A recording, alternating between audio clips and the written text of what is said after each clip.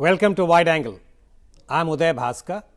This is a program that looks at contemporary and current developments pertaining to India's foreign and security policies in an informed and objective manner. The aim is to illuminate issues, throw light, as opposed to generating heat and dust.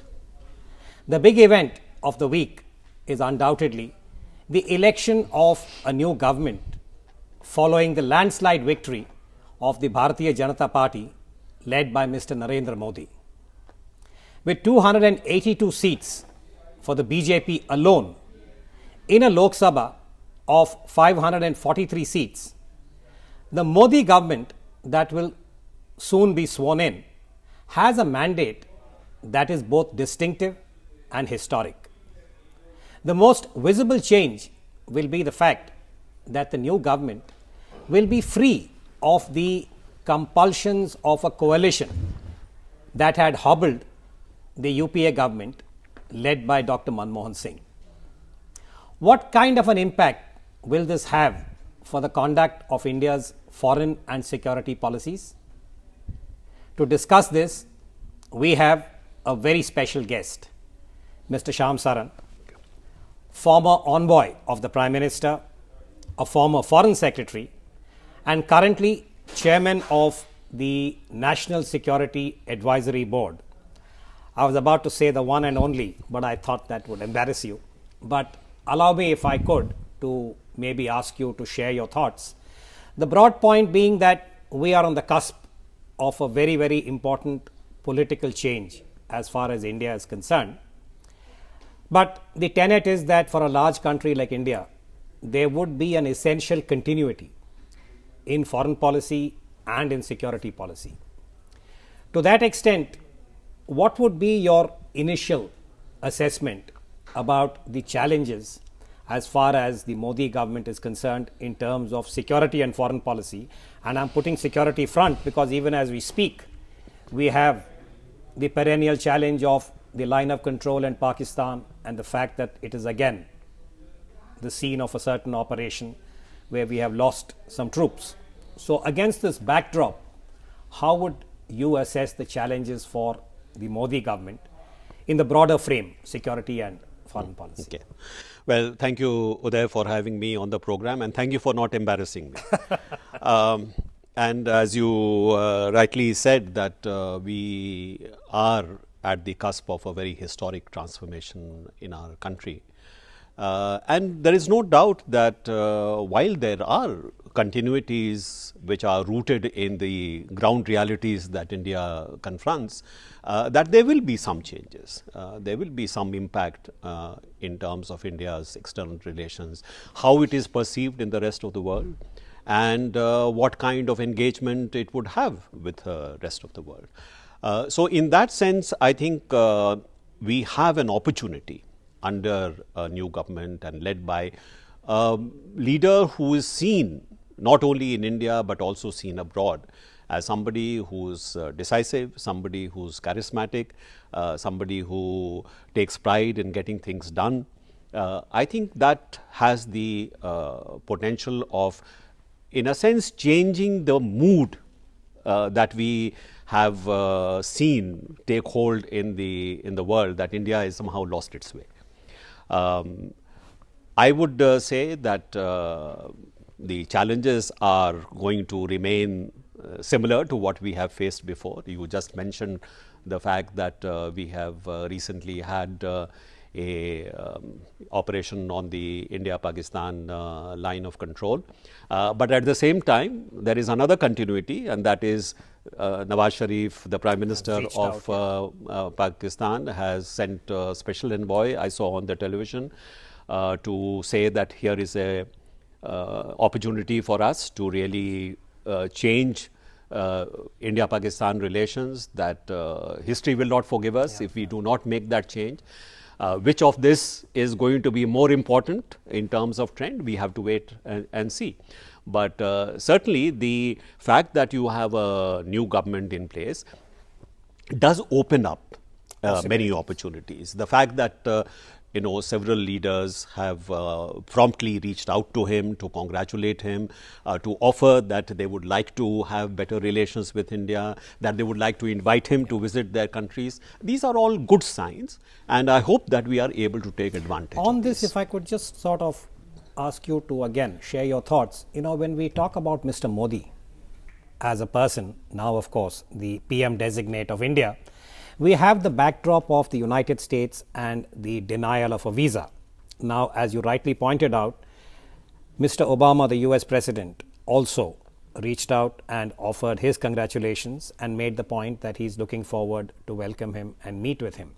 So, given that backdrop, how would you assess the future of India-US relations, which for a variety of reasons had gone through what I would call as a fairly turbulent phase, going back to the treatment of an Indian diplomat and a sense, both in Washington and in New Delhi, that there is no political traction as far as the bilateral is concerned. Now, you have just come back from Washington. So, again, would you like to say, put your head on the block? Well, first of all, I do not think that the visa issue is likely to stand in the way of, in fact, taking the relationship between India and the US forward. The very fact that President Obama lost no time to call Mr. Modi to also say some very encouraging words about taking India-US relations forward, to welcoming him in the US. I mean, there's a political dimension there because Mr. Obama knows what it means to be on the campaign and have a victory like this. Exactly. So I think the fact that he has extended promptly an invitation to Prime Minister designate to visit Washington, I think should lay the visa issue to rest.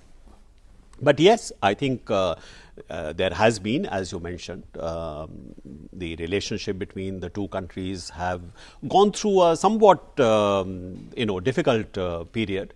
And here again, as I said, there is an opportunity to put these relations back on track. Some of the reasons why these relations sort of went into some kind of a freeze, in a sense, was one, that the Indian economy was not doing well. And I think as far as perceptions about India are concerned, they have been very closely related to the way in which US business sees the prospects of India, business prospects in India. To the extent that the new government coming in is going to kickstart once again some of the pending reforms, opening up of the economy, welcoming foreign investment, removing some of the roadblocks to investment. I think that itself will play a very important role in bringing about a new sentiment, a new mood in India-US relations. So I think the prospects, to my mind, are quite good. If we talk about Indian foreign policy, there are what we call as the old chestnuts. We have spoken about Pakistan, to an extent, the United States, now China. Now, you have also written about this recently. Now, we have, I think, to my mind, a very important learning curve with China, and I would flag the Depsang incident of April 2013. I believe that the way in which that finally unspooled was internalized by both Delhi and Beijing. So, with Depsang as the backdrop and the fact that Mr. Modi is one of the few chief ministers who engaged with China, what would you be able to sort of make some projections about the track? Because interestingly, again, the official media in China seems to have taken favorable notice, quote unquote, as far as the election of Mr. Modi is concerned. One, I think I have pointed out earlier also that there seems to be sometimes a tendency in this country to regard what is a real yawning gap in capabilities between India and China as somehow something which is permanent. I do not think it is permanent. I think that if any country today has the capacity, the potential to not only equal China, but even to surpass China, it is only India. There is no other country which is actually in that lead. But yes, of course, this is not going to happen automatically. You have to work for it. You have to have a certain kind of a sense of national mission. You have to have a sense of national ambition. My sense is that if Mr. Modi becomes the Prime Minister of India, then that kind of new mood of confidence, a mood of assurance, can in fact be brought onto the table, as it were, in our dealings with China. You know, the psychological change that this might bring in terms of our dealings with China is very important. Now, you mentioned the Depsang incident. I think it is fair to say that as a result of that incident, we have put in place a mechanism where we can deal with these issues at not just the local level, but at the central level as well.